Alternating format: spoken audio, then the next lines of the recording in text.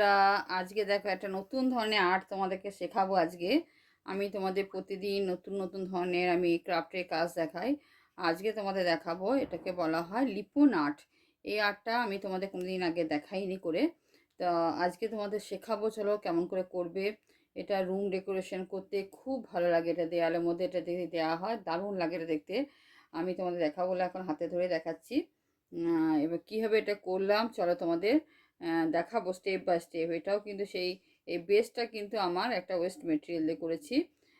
সেটা হচ্ছে আমি কেক কিনেছিলাম, তোমার কিছুদিন আগে কেক কেনা হয়েছিল বার্থডের জন্য। সেই কেকে যে নিচে বেসটা, সেই বেসটা দিয়ে আমি এটা করেছি। চলো তোমরা দেখবে কীভাবে আমি করছি, আমার ভিডিওটা দেখবে, তোমরা শিখতে পারবে। ঠিক আছে বন্ধুরা, তোমার সঙ্গে থাকো। প্রথমে দেখো কেকের বেসটা আমি নিয়েছি। এই কেকগুলো থাকে এরকম গোল গোল বেসের মধ্যে থাকে, এটা পিচ বোর্ডের তৈরি হয়। তো এটাকে আমি প্রথমে পরিষ্কার করে মুছে নিয়েছি টিস্যু পেপার দিয়ে। তারপরে এই দেখো আমি গোল গোল করে নিচ্ছি। এটা যেহেতু আমি আগের থেকে এঁকে নিচ্ছি যাতে সুন্দর করে করা যায় এটা। আর আমি এই দেখো তোমার নিয়েছি তোমার এটাকে বলা হয় তোমার শিল্পকার বলে পরিচিত, অর্থাৎ এটা ক্লে এক ধরনের।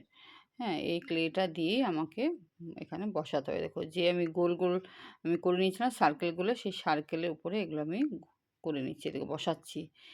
আর এই শিল্পকারগুলো, এই আঠাগুলো কিন্তু তোমার দেওয়াই আছে, আঠা দেওয়াই থাকে। এটা নিয়ে এখানে বসিয়ে দিলে অটোমেটিক এটা শুকিয়ে গেলে ঠিক হয়ে যায়। এই দেখো প্রথমে আমি আউটলাইনগুলো করে নিচ্ছি। এই দেখো প্রত্যেকটা আউটলাইন করলাম। এবার ফুলের পাপড়ির মতো গোল গোল করে নিচ্ছি একটু। এই দেখো ফুলের, এটা ফুলের মতো হবে। এই যে আমি ক্লে দিয়ে সুন্দর করে করে করে নিচ্ছি। এই দেখো এটা করার পরে প্রথমে এরকম করে করছি, এরপরে আমি ফুলের একদম পাপড়ির শেপটা দিয়ে দেবো, হাতে করে চেপে চেপে দিয়ে দেবো। এই দেখো পাপড়ির শেপ আমি দিয়ে দিচ্ছি। আর এটা শুকাতে একটু টাইম লাগবে, 1 ঘন্টার মতো টাইম লাগবে। এটা যখন শুকিয়ে যাবে তখন এখানে আমাকে কালার করব।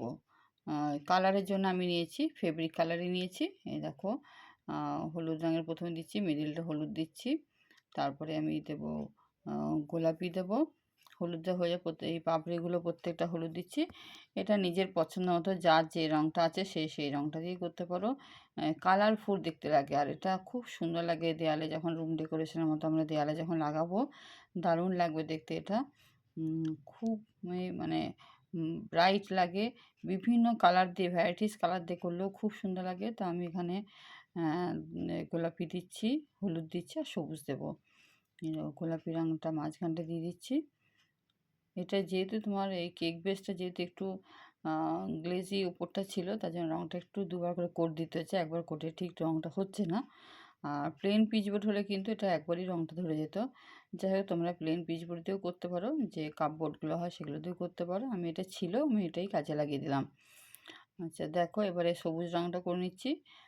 প্রত্যেকটা রঙ করে নেওয়ার পরে আমি দেখো সাদা রঙটা দিয়ে আমি এই যে ক্লেগুলো দিয়ে আমি আউটলাইনটা করেছি, সেই আউটলাইনগুলো সাদা দিয়ে দেবো। লাস্টে সাদাটা দিতে হবে।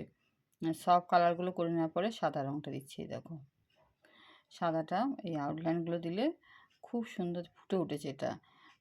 ফটোতে তো ভালো লাগছে, ফটো থেকে অরিজিনালি আরও সুন্দর লাগছে জিনিসটা দেখতে। দেখো আমার কালার হয়ে গেছে। মিডিলে একটু ব্ল্যাক দিয়ে দিচ্ছি। এরপর আমি মিররগুলো, ছোটো ছোটো যে মিররগুলো, কাঁচগুলো, এগুলো কিন্তু আমি কিনেছিলাম। আগেও অনেক ক্রাফটের কাজ করেছি, তোমরা তো দেখেছো। এই ধরনের মিররগুলো আমি চাঁদমালাতে লাগিয়েছিলাম। তো এই মিরর আমি অনেকগুলো কিনেছিলাম এই ক্রাফটের কাজ করবো বলেই। এই দেখো এগুলো বিভিন্ন রকমের ডিজাইনের মিররগুলো কিনতে পাওয়া যায়। দেখো এটা প্রথমেরটা দিলাম ডায়মন্ড শেপের মতো, তারপরে মিডিলে দেখো মানে গোল গোল ছোটো ছোটো এগুলো দিচ্ছি। বিভিন্ন টাইপের হয় এগুলো, তোমাদের পছন্দ মতো এমনি করে করে বসিয়ে দেবে।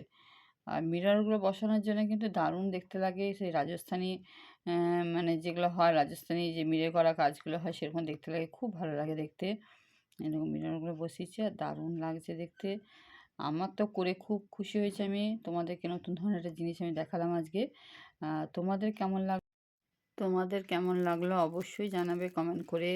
ভালো লাগলে অবশ্যই কমেন্ট করবে, লাইক করবে আর শেয়ার করে দিও, যাতে অন্য বন্ধুরাও দেখতে পারে, শিখতে পারে তারা। আর পাশে থাকবে।